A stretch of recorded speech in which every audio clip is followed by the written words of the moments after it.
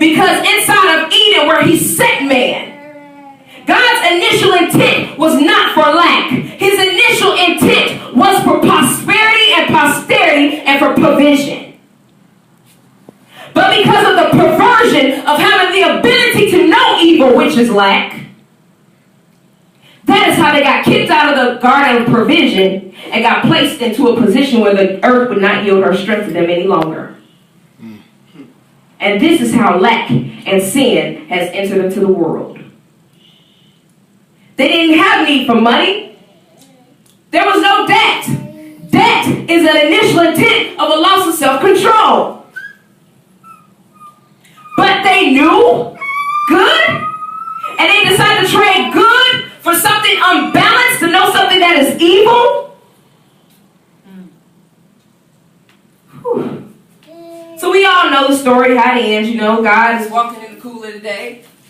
He says to them, Adam and Eve, where y'all at? They got their little fig leaves covered up. They like, well, we knew that we were naked, and God was looking like, so who told you was naked? And see, God is so good that he even had a trigger point to know if they had taken from the tree of good and evil. Because he knew that there would be a specific lingo that would come out of their mouths, out of their spirit man, that produced death. Something that he would trigger to know that there's a separation from him and them. That there's a separation from holiness, sanctity, into something that is evil. So he begins to judge. He brings down the judgment. God is he is such a righteous judge. He tells he told like this, like, devil, you gonna crawl on your belly all the days of your life. You gonna eat crow. Her kids is about to whoop you, man. I'm done with you. Because, if everybody start trying to point the blame, God doesn't do a blame game. God deals with each individual in their partake on their level. And that is how he dishes out judgment. That's why he's justice. He is justice in the earth. He is fair. And he is the almighty judge. So he comes down to the woman like, because you did this, you won't have children. And you just going to be in pain, woman, pain. And see, because that is a curse, what people don't know, that's the curse of the fall. A woman does not have to partake in that curse. If you are redeemed, the Bible says, what? If you're redeemed from the law of curse. So you don't have to partake in the pain of labor if you're redeemed. But we accept certain things as truth. So you sit in that hospital, putting on a show, screaming, carrying on, acting a fool. Because you didn't acknowledge your redemption. You acknowledged the fallen state was greater than the redemption power that already went forth and did a work in you.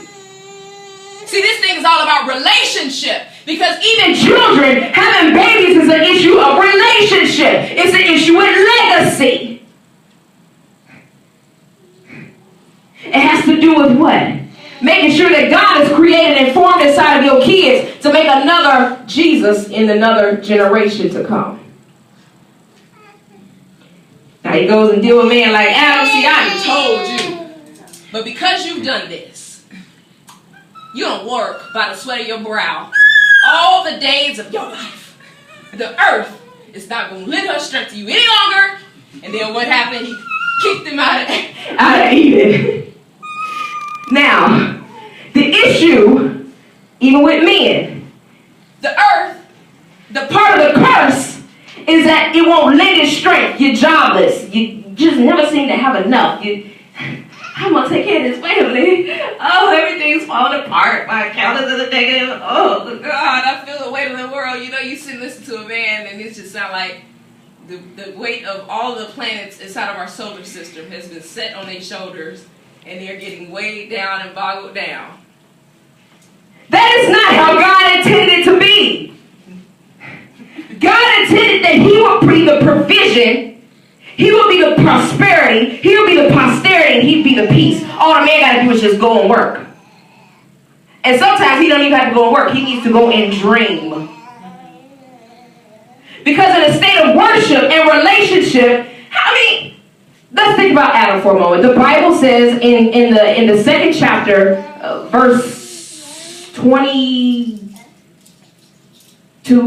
some 15, 22, somewhere in there, that Adam named, God would form the animals and then bring them to Adam, and Adam would name each and every animal that God created. That means that there was a level of work that had to be done for the provision of the garden to be kept, right? But did he really do any work past brain power? And Eve was eating good because he said the only thing you can't eat is that right there. So what they was missing a meal.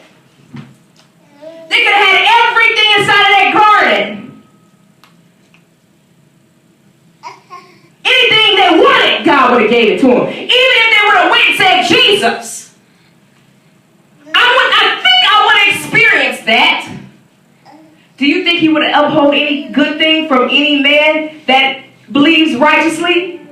He would have let them have it. But because they did it in a sinful manner, trying to be shame and trying to do it sneakily, he had to bring down the gate of death and bring a separation. Now the issue of eating and getting kicked out was that he was bringing down a separation between him that's holy and that which is unholy, unclean.